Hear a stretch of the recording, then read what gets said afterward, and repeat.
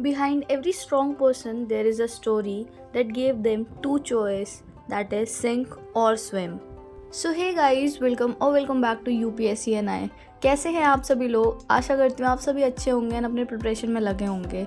Video डालने में इस बार थोड़ा लेट हो गया है, तो उसके लिए आई एम सो सॉरी। आजकल मेंस का सिलेबस कंप्लीट करने में बस लगे हुए हैं। दिसंबर आने ही वाला है एंड दिसंबर तक पूरा मेन सिलेबस कंप्लीट करना है, तो थोड़ा सा टाइम कम मिल रहा है।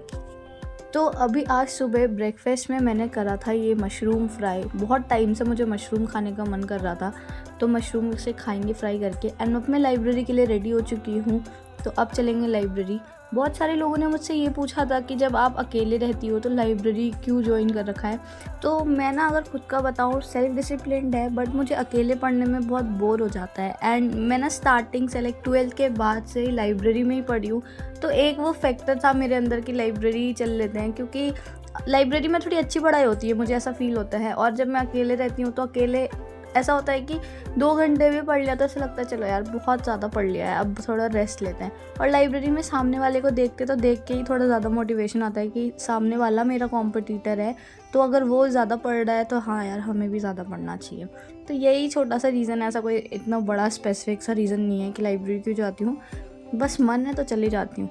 तो उसके बाद फिर मैं लाइब्रेरी पहुंच गई। लाइब्रेरी पहुंचने के बाद मैंने अपना रमेश सिंह खोला इकनॉमी का, एंड इकनॉमी स्टार्ट कर दिया है। आज मैं कर रही हूँ फूड प्रोसेसिंग वगैरह, एंड इससे रिलेटेड जो भी करंट अफेयर्स में टॉपिक्स आ रखे हैं वो, तो इसको कंप्लीट करेंगे। एंड उसके बाद फिर बाहर जाएंगे, चाय वाय पियेंगे, क्योंकि ना बुक पढ़ पढ़ के थोड़ा बोरियत सी फील हो जाती है। एंड दशहरा के वजह से आज इस एरिया में इतनी लाइटिंग्स वगैरह लगी हुई है, इतना अच्छे से डेकोरेट किया हुआ है।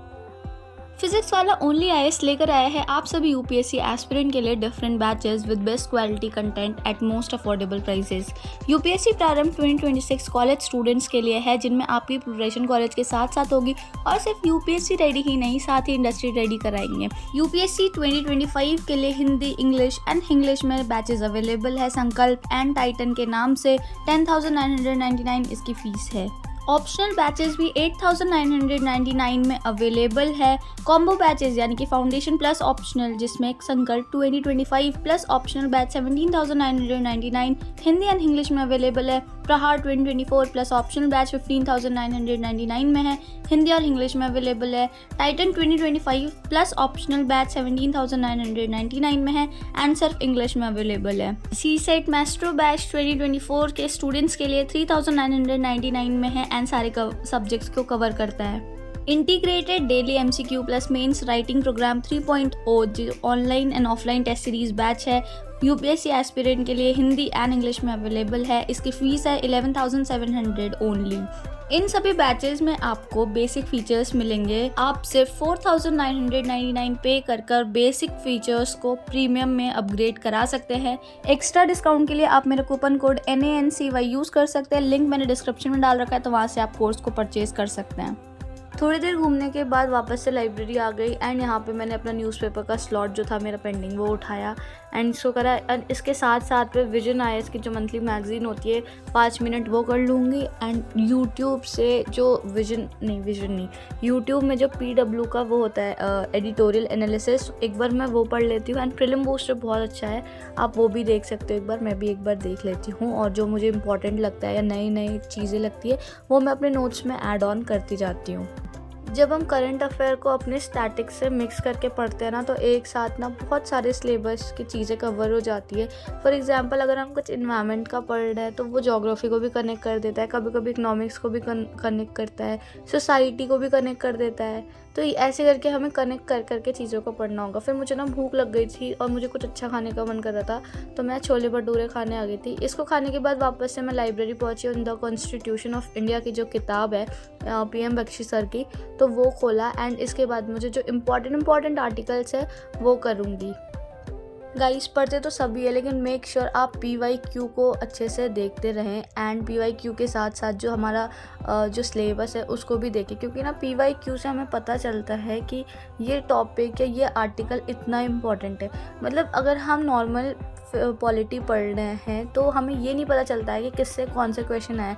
अगर हम हिस्टोरिकल जो बैकग्राउंड है उसको ही 100 बार रिवीजन करेंगे तो ये यूज़लेस हो जाएगा। इंस्टेड हम फंडामेंटल राइट वाले चैप्टर्स पढ़ सकते हैं और भी प्रेसिडेंट वगैरह जो भी चैप्टर्स इंपॉर्टेंट है वो सब पढ़ सकते हैं। तो ये एनालिसिस मैंने ऑलरेडी कर रखा है, जो जितने भी इंपॉर्टेंट आर्टिकल्स हैं उनको मैंने एक साइड नोट कर रखा है। एंड जब भी मैं मुझे टाइम मिलता है तो मैं ना PM बख्शी के बुक से वो इंपॉर्टेंट आर्टिकल पढ़ लेती हूँ, क्योंकि ना प्रीलिम्स में उससे डायरेक्ट क्वेश्चंस बन जाते हैं। फिर मैं अपने PM बख्शी को कंप्लीट करने के बाद क्लास में आ गई थी। शाम हो गया था बट अभी अंधेरा नहीं हुआ था, 5:30 बजा था।